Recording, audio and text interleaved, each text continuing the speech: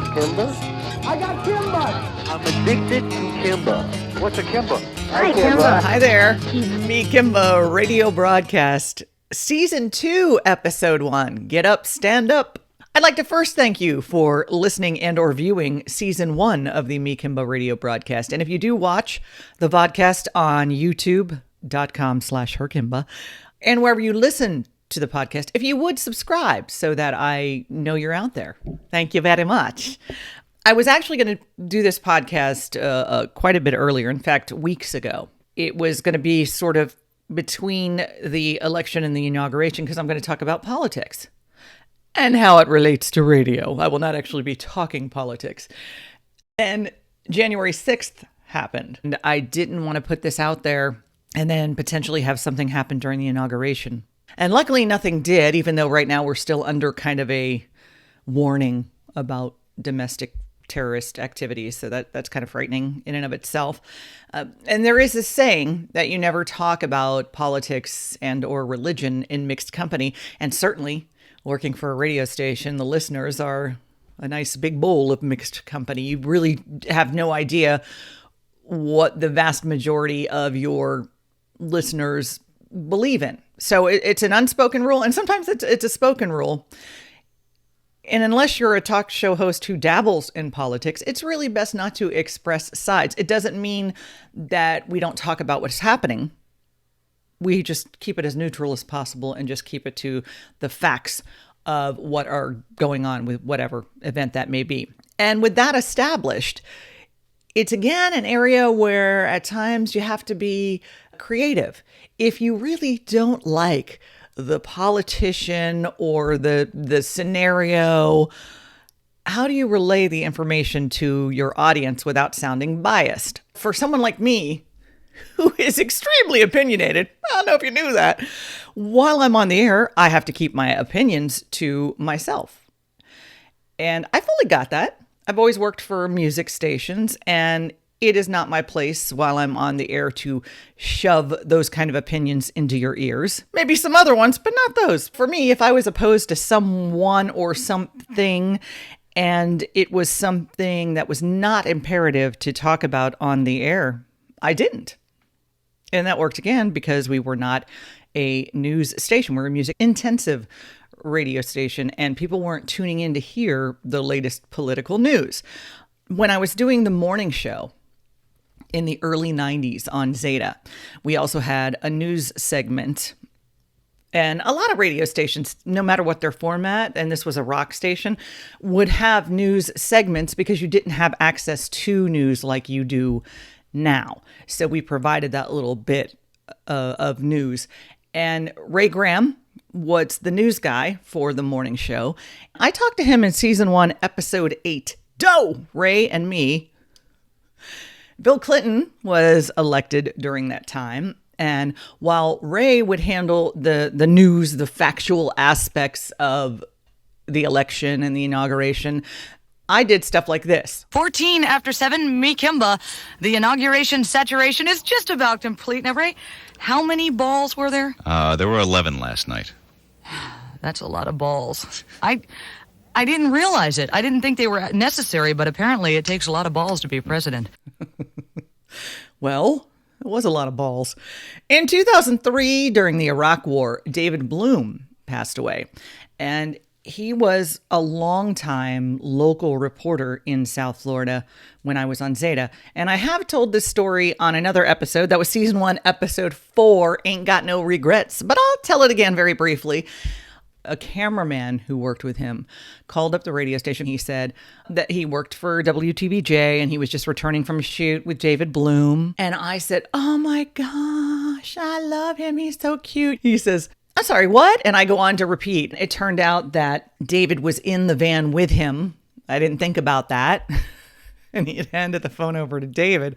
So David's listening to me go on and on about how cute he is. And he replied, Kimba, I'm married. And I said, that doesn't make you any less gorgeous. And he laughed and we chatted. Not that long after that is when David left. He would be on national news. And every now and again, when he would come to town, I would get a call just saying hi, that he was in town. He was glad to hear that I was still there, and very nice guy. While I didn't talk a lot about the Iraq War per se, I did talk about the death of David. It's me, Kimba. I am spending my first Monday night on this earth without David Bloom being here, and that kind of stinks. As you more than likely heard, reporter David Bloom died over the weekend. He was covering the war in Iraq, and I got to meet him about 11 years ago when he worked in South Florida. I know a lot of you remember David from here when he covered Hurricane Andrew especially. Then he went on, big time to the networks, but every so often when he'd be in town for a story, he'd call up just to say hi because he was one of those kind of people.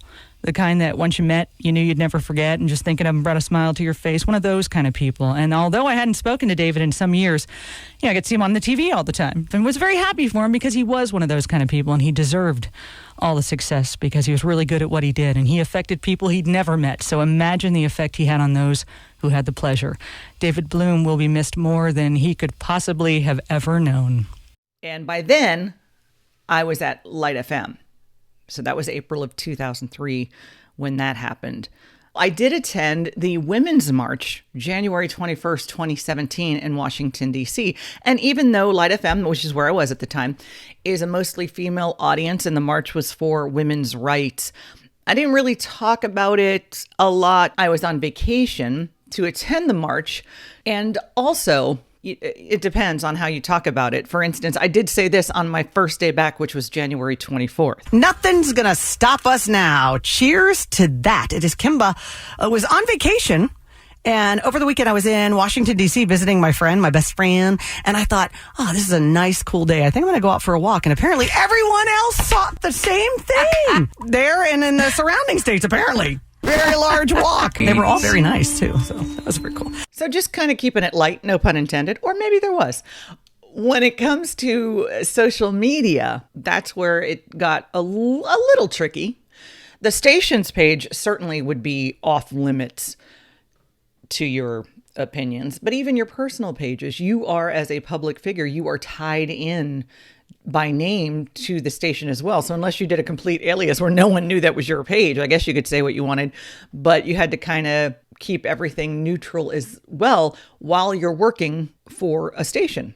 And because of social media, there are so many more people now in the public eye that you do see their opinions, and you do know now where they stand on things. So maybe it's your favorite character on a TV show, and you go and try to look at their Instagram or their Facebook page or their Twitter feed or what have you, and all of a sudden you see that potentially their views are the complete opposite of yours. For some people, that is a deal breaker.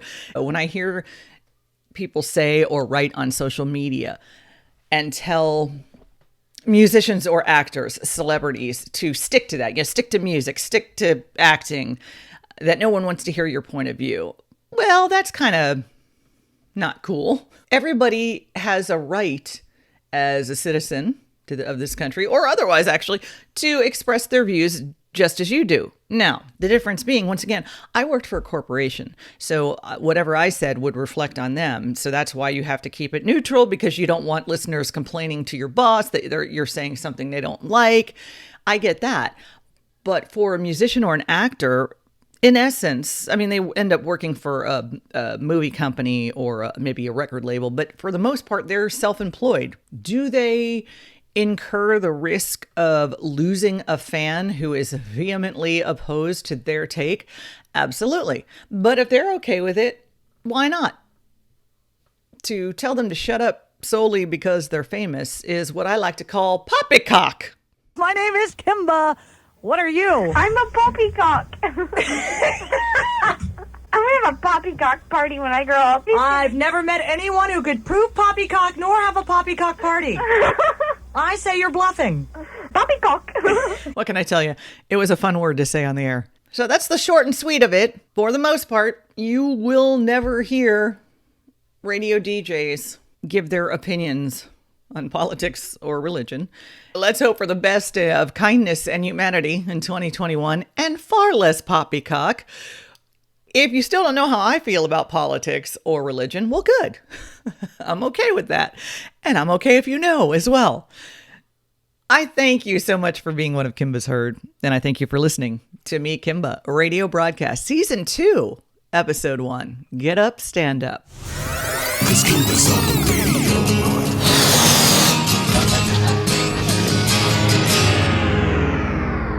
Kimba!